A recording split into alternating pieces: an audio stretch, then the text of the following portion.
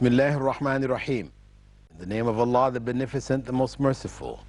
I'd like to welcome you, dear viewers, to another in our series, Contemporary Issues. Assalamu alaikum wa rahmatullahi wa barakatuh. May Allah's peace and blessings be on each and every one of you.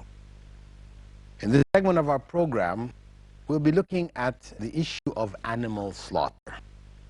And we're looking at it particularly because of the fact that there has been an accusation pointed at Muslims as being somewhat bloodthirsty. You know, among those who led this accusation was Brigitte Bardot, the famous French actress, who observed in France that, you know, every time Eid al-Adha would come around, that the Muslims would be buying sheep and cutting their necks, you know, and she's very much into this protection of animals from human cruelty, etc., etc. So she had made some very disparaging remarks about Muslims there in France. She was taken to court and, in fact, required to apologize to Muslims.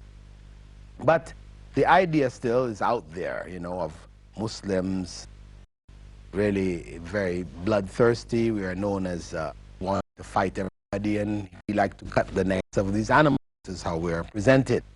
Now, I remember there was actually a case a couple of years back also in the newspaper in New York City, you know, where a Muslim, he had bought a rooster or whatever, chicken, and he fattened it up in his home, and he was going to, you know, kill the animal and cook it up and eat it. And, you know, the SPCA, this Society for the Prevention of Cruelty to Animals, got wind of it. I guess one of his neighbors informed on him that he was going to kill this animal in his home, and they, you know, they burst in his front door. You know, they had pictures of them bursting in the front door and catching this man, saving the life of this chicken, taking the chicken away from him. I mean, very, quite hilarious, really.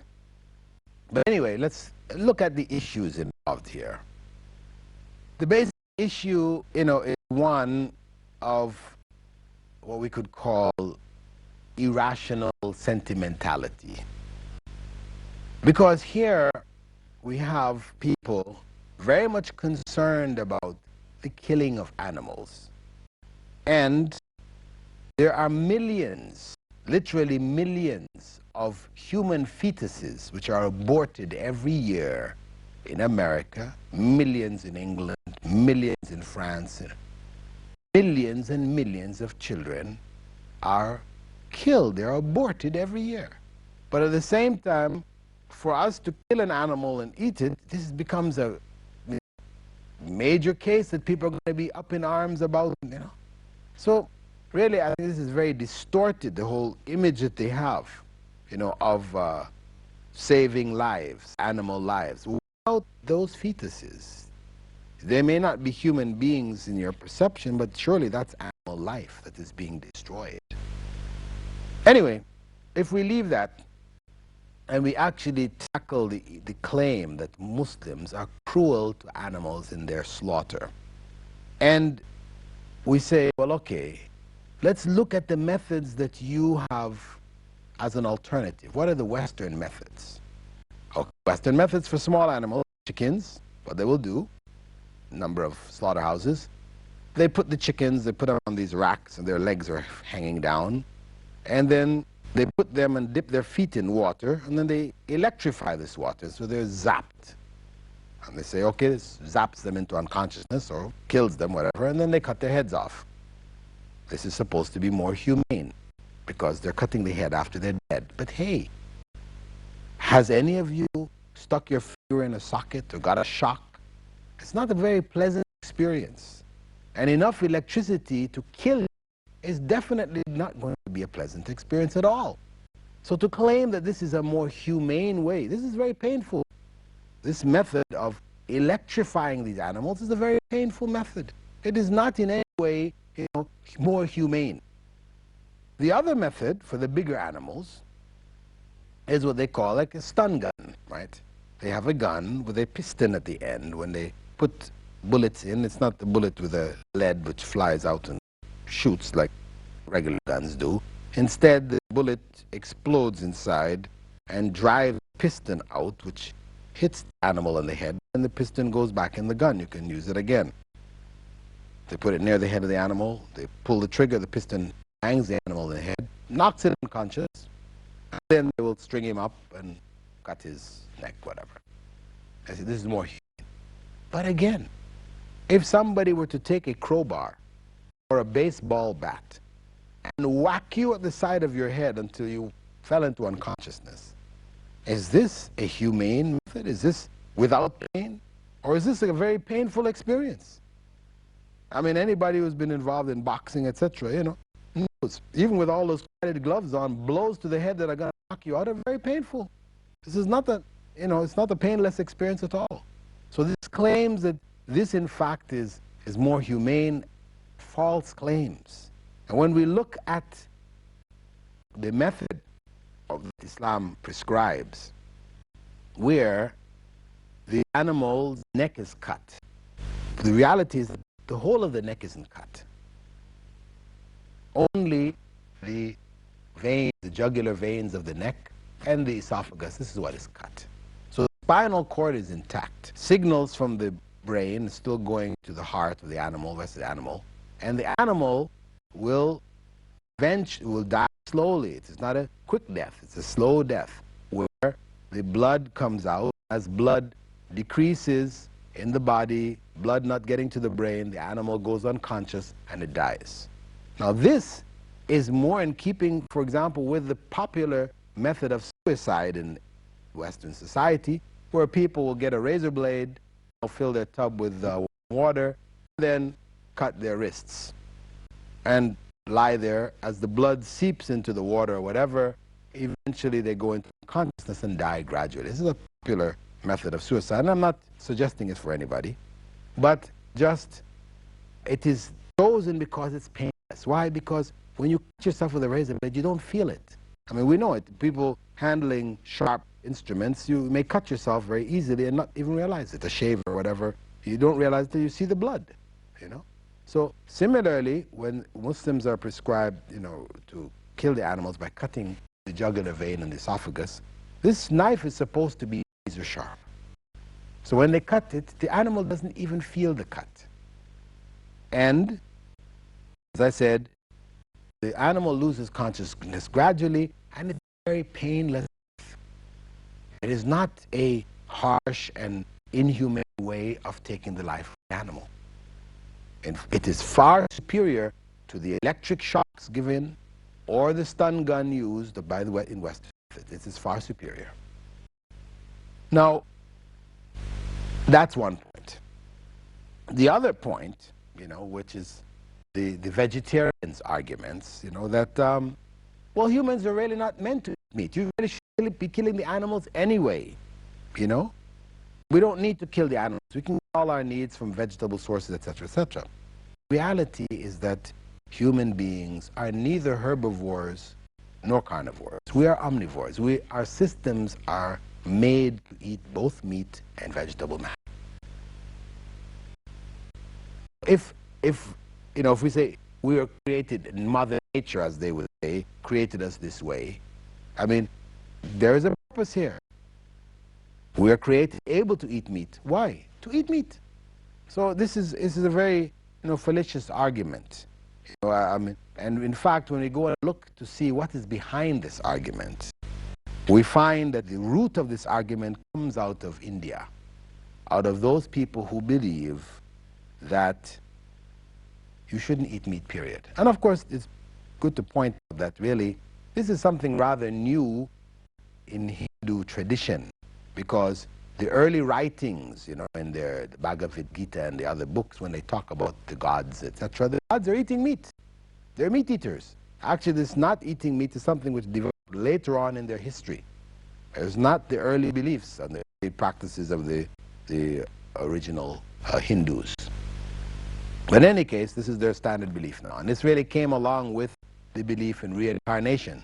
So for a Hindu, I mean, killing an animal, eating that animal, is a situation where, due to the reincarnation belief that a person, when he dies or she dies, if they were not good, if they were good in this life, they move up the ladder, right? This is up the caste ladder towards the top caste, which is the Brahmin caste. And after that, they unite with God, with the universal soul, Brahma. But if they're not good, they go down the ladder. And they can be reborn as an animal, as a sheep or a goat, and if you're really unlucky, maybe as a cockroach. So the point is that here, what is happening? People don't want to eat meat, don't want to eat a goat or a cow, because this may be your grandfather. This may be your great-grandfather that you're eating. So this is where this dislike for the eating of meat came from. I mean, of course, it's been cloaked in other language, you know. Oh, medically, arguments, you know, our bodies, and, you know, this is better. But really, that is the essence of it. It's based on that belief. And of course, it's nonsense. It's nonsense.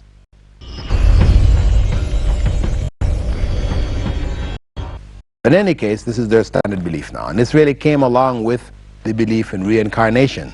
So for a Hindu, I mean, killing an animal, eating that animal, is a situation where, due to the reincarnation belief that a person, when he dies or she dies, if they were not good, if they were good in this life, they move up the ladder, right? This is up the caste ladder towards the top caste, which is the Brahmin caste. And after that, they unite with God, with the universal soul, Brahma. But if they're not good, they go down the ladder, and they can be reborn as an animal, as a sheep or a goat, and if you're really unlucky, maybe as a cockroach. So the point is that here, what is happening? People don't want to eat meat, don't want to eat a goat or a cow, because this may be your grandfather. This may be your great-grandfather that you're eating. So this is where this dislike for the eating of meat came from. I mean, of course, it's been cloaked in other language, you know. Oh, medically, arguments, you know, our bodies, you know, this is better. But really, that is the essence of it. It's based on that belief. And of course, it's nonsense. It's nonsense. Americans eat beef burgers. You know how many cows are eaten every year, you know, at the Wimpy's and McDonald's, etc., etc. You know, so this is really a pointless argument. From the Islamic perspective, animals were created for the benefit of human beings, just as the rest of the world is. We have an obligation to them, to look after them, to treat them well. In fact, so much so that Prophet Muhammad ﷺ had described the circumstance of in the time past, in which he said that a woman who was in fact a prostitute from among the Israelites, she came to a well. She went and got herself some water, and then when she came out, she saw a dog, thirsty, dying from thirst, so much so that it was licking the earth, trying to get some moisture out of the earth. She climbed back down in the well, tied her shoe to a scarf and filled it with water, brought it up and fed the dog. And out of that act of mercy for that animal, God forgave her her sins and put her in paradise. On the other hand, there was another woman who had a cat, which she tied up. And she didn't allow that cat, didn't feed it, and didn't allow it to go and find its own food. And it stayed and starved to death. And due to the evil of that act she did, God put her in hell. As the Prophet informed his followers, stressing here the importance of kindness to animals, opposed fundamentally to the cruelty to animals. And his companions had even asked him, he said, I mean, is there goodness in animals, in feeding? He said, in every living being there is a chance to earn good deeds, to gain goodness through helping them. So Islam is very much in favor of protecting animals, looking after them. Prophet Muhammad ﷺ had even said that we should never take animals as our targets, never make them a target that we fire our bows or arrows or guns, etc. Take them for target practice. This is forbidden in Islam. So the whole process, the Western safaris where, you know, Western civilization sent certain, you know, elements, the upper crust of the society into Africa and Asia, you know, hunting down elephants and rhinoceros and killing them and, to bring back trophies for their fireplaces, etc. This is something abhorrent in Islam, forbidden in Islam. In Islam, an animal's life may only be taken for the reason of protecting ourselves from its harm, because it's a dangerous animal, threatening our lives. We take its life for that reason, to protect human life. Secondly, we may kill them for food, for our own benefit, to eat. Thirdly, we may kill them because their skins will provide warmth for us, for example, in winter, provide shoes or provide belts or whatever our needs. We may kill them for our needs, of course, those people would argue, well, hey, we have artificial means of, creating these other things now, we don't need it anymore. Well, of course, we don't have to. But if some people prefer leather, and they want to have leather, the leather is there for us to use, we still utilize it. But the method in which these animals are killed should be humane methods.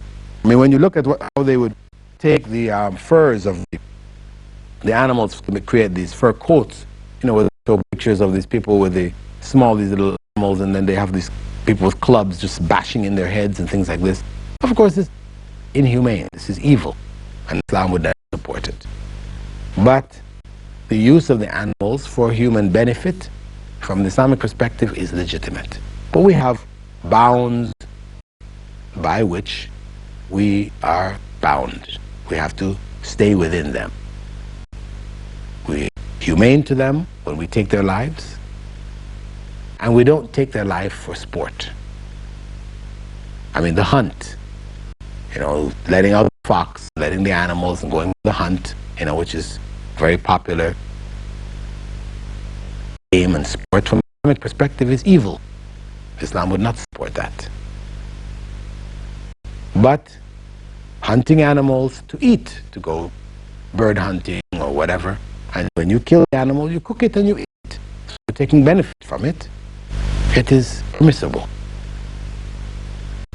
The other topic which I would like to cover in this segment is concerning dogs. Now, a lot of people are familiar with the fact that Muslims tend to avoid dogs.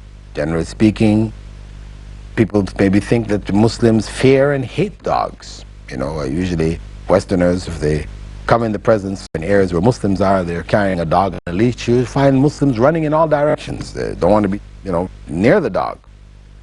So it gives the impression of this great fear. Where in the West, of course, where the dog has become man's best friend, right? The dog is treated like a child. People who lose family members, or they grow up and they're alone, instead of adopting a child, they will get a dog or get an animal which they will look after, and then you find them, petting the animal, giving it clothing, and really, so much so that you find even people leaving all of their inheritance to their dogs. This is the kind of love which is developed around dogs, replacing even love for children. Now, you have to look at the Muslim reaction to the dogs in general to understand whether, in fact, this is according to Islamic teachings or not. Muslims tend to run from dogs whenever dogs come. Why? Where did this come from? Well, they believe, commonly, many people believe, that if a dog touches you, your state of ablution or your state of ritual purity is gone. You have to go and wash up again, wash your face, hands, so on. It's their belief. If the dog touches you, or if it licks you, you touch its hair, its body touches you anyway, you are defiled in that sense. Really, however, this is not true. Islamic law does not, in fact, really teach this. The Prophet Muhammad ﷺ did say in an authentic hadith that if a dog licks the food or drink from a vessel in which you're drinking, you should pour out its contents, let him finish eating it, and then wash that vessel 7 times, one of which should be clean earth. Clean it with earth. And one question, well, why earth? Well, the point is that the vast majority, over 70% of antibiotics come from the earth. So the earth carries with it certain properties which can clean, due to its antibacterial action, etc., the way most other products and things cannot. But, and of course, this is the point to mention that, I mean, this was something identified over 1,400 years ago. But however, what it's pointing out here is that there's harm in the saliva of the dog. If a person is in that direct contact, there's some harm which is being passed on. Maybe modern science has not detected all of the harm, although, you know, there is some harm already identified. The dog tapeworm, known as Dipylidium caninum, you know, and there are other diseases which are passed on by dogs, you know, whether it's Rocky Mountain spotted fever and a variety of other diseases which dogs are known to pass on. The number of dogs that harm people, whether, you know, they're fighting dogs which chew up kids, and people who are bitten by dogs every year, you know, the numbers are quite large. In fact, the JAMA, the Journal of American Medical Association, in an article entitled "Dog Bites Recognized as a Public Health Problem," said that every year in the United States, almost 2% of the population is bitten by a dog. That is about 800,000 people bitten seriously enough to require medical attention. And 18 people die from dog bites every year. These are physical facts. Now, from a perspective, dogs may be kept for hunting purposes, to guard a home, or to herd sheep or cattle or camels, etc. These are uses which are legitimate from the Islamic perspective. But just keeping one in a home as the best friend, eating with you, sleeping with you, etc., this is what Islam does not permit. With that, dear viewers, I'd like to thank you for being with us in this segment of our program, Contemporary Issues, bringing clarity to issues that may be somewhat confused in the minds of non-Muslims as well as Muslims today. And we hope that you continue to follow our program over the coming episodes. Assalamu alaikum wa rahmatullahi wa barakatuh.